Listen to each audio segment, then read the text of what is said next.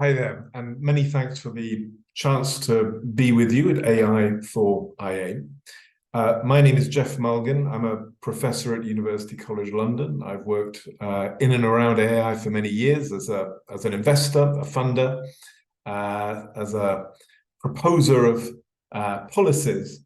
And I hope to give you some thoughts on where we need to go next in the next 1, 2, 5, 10 years, some very specific proposals, and some of what we need to avoid. So my background is summarized here. I've worked in many governments, the UK, Australia, in cities, London, European Commission, elsewhere. I've also worked on bottom-up social innovation, on running foundations, and now as an academic, and have written a number of books on how public strategy is done, how social change happens, and also how we can organize intelligence in new ways. What I'm going to argue is that AI has to be understood as a general purpose technology, a GPT. And there have been a few of these in the past, but like electricity and the car, but none quite as powerful as AI. And that has big implications for how we think about it, because it means it will affect almost every area of our life, from our home to our politics to our economy, and simplistic solutions just won't work. If we look at past technologies of this kind, they forced changes to power, to governance, but it always took quite a long time before people realized the changes which need to happen. And I think the same is happening with AI. And indeed, the more general the technology, the more specific the rules end up being. And so far, governments have been very slow to respond, whether in their role as funders or as regulators. And much of the current debate is misleading, sometimes deliberately, like the focus on existential risk and disaster.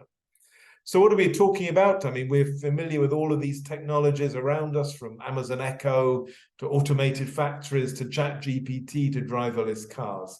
And AI does in fact mean quite a lot of different things, summarized there in the middle of the slide, not a single one, which sometimes does lead to confusions. For the last 5 or 10 years, it's already been throwing all sorts of issues up for governance. So a few years ago, one was Facebook, which had a way of showing if someone might be at risk of suicide and trying to respond to that. Now, Facebook is not a therapist, and that's caused all sorts of problems. We've had the first crashes of self-driving cars. This one was in Phoenix, Arizona. So what happens when someone's killed? Who's responsible? The owner of the car, the software company, the AI company, the car manufacturer? Still quite unclear. And in many parts of the world, AI is being used for things like predicting child maltreatment. Again, raising all sorts of difficult questions for the practice of government. And for my money, the key is to learn from history. And there are some analogies with the previous general purpose technology, the car, which is over 140 years old now. And if we look at it, all sorts of things happened as the car evolved. The technologies improved. We got all these rules, from road markings and speed limits to speed bumps, drink drive rules. Skills of the public were required, driving lessons and tests. New social norms, like that you shouldn't drink and drive, or you shouldn't idle your car near a school. And all sorts of complementary innovations, like the suburb or the supermarket or Uber came. And if you look at that history, over time, these rules became more complex, more ethical, more detailed, and more varied. And I think exactly the same is going to happen with AI. Even though, if you hear the tech pioneers, they think a few simple actions on AI safety will solve everything. This completely misunderstands the technology they're at the heart of, but probably the same was true of the pioneers of the car in the 1880s and 1890s.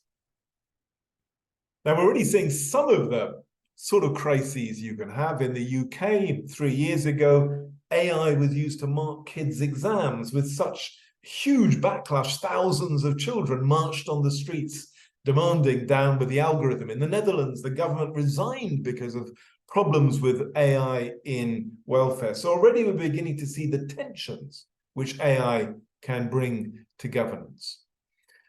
And some of the tensions come out of opportunities. So this year, because of large language models, we're beginning to see new kinds of personal assistant, Microsoft Copilot, inflection, AIs, PI. These are potential helpers which can guide us through life.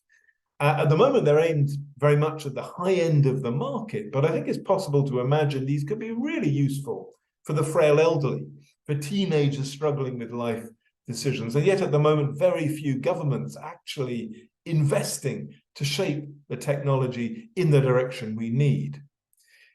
Even more problematic is regulation. A few years ago, I published a proposal for what we call then a machine intelligence commission to guide the regulation of AI. I'd never have guessed that by 2023, we would still not have any of these and still the most vague discussions in the media and in global summits. And this proposal back in 2016 had a lot of quite practical proposals of what you could do to make regulation smarter. Now, this is beginning to change. China is now regulating AI in all sorts of ways, as is the European Union with its risk-based approach, which you can see in the bottom right there.